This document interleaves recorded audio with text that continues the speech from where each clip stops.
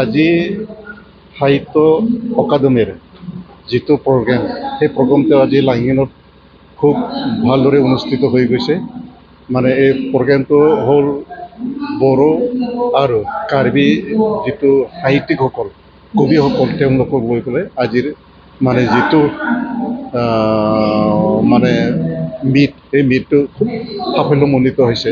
কিন্তু এটা কথা, আমি এই মিটটো, আমাৰ এই যিটো মানে প্ৰগ্ৰেম, এই প্ৰগ্ৰেমটো অলপ মানে যদি পাৰ্থক্য হ'লহেঁতেন, ছেপাৰেট কৰি দিলেহেঁতেন, যথেষ্ট ভাল হ'লহেঁতেন। কাৰণ কাৰ্বিসকলৰ যিটো ইমান চহকী লোক সংস্কৃতি, লোক সাহিত্য, বড়োসকলৰ যিটো চহকী লোক সাহিত্য, লোক সংস্কৃতি আছে, এইবিলাক আমি সম্পূৰ্ণভাৱে মানে প্ৰদৰ্শন কৰিব নোৱাৰোঁ। সেয়ে আমি ভৱিষ্যতে যাতে ছেপাৰেট কৰে, তাৰ কাৰণে আমি কৰ্তৃপক্ষক অনুৰোধ কৰিছোঁ, in future the authority of the Sahitya Akademi, I request fervently to separate the program of Karbi and the Bodos writers, because the Karbi's writers or Karbi the mythology and literature, it is very rich, and also the Bodos also the same. And if these two groups actually can separate, can perform separately of each program, then it will be very beneficial to actually develop the Karbi literature as well as the Bodo literature.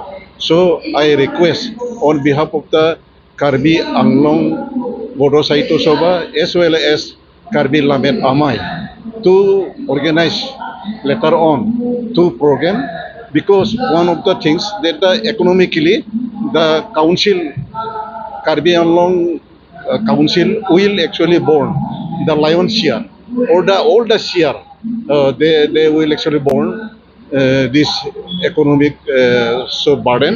That's why the Sahitya Academy Authority can easily permit to organize our this program. আমি সেইকাৰণে ভাবোঁ, যিহেতু separate কৰিলে নিশ্চয় ভাল হ'ব।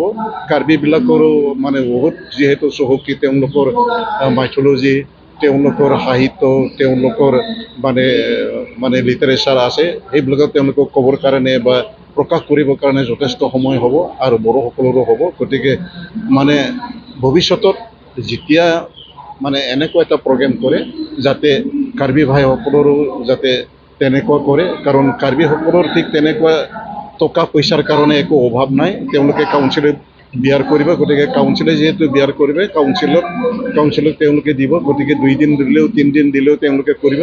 গতিকে টকা পইচা নোহোৱাকৈ কাৰ্বিসকলৰ প্ৰগ্ৰেমটো অনুষ্ঠিত কৰিব পাৰিব, লগতে বড়োসকলৰ প্ৰগ্ৰেমটো আগৰ যেনেকুৱা তেনেকুৱা প্ৰগ্ৰেম কৰিব পাৰে।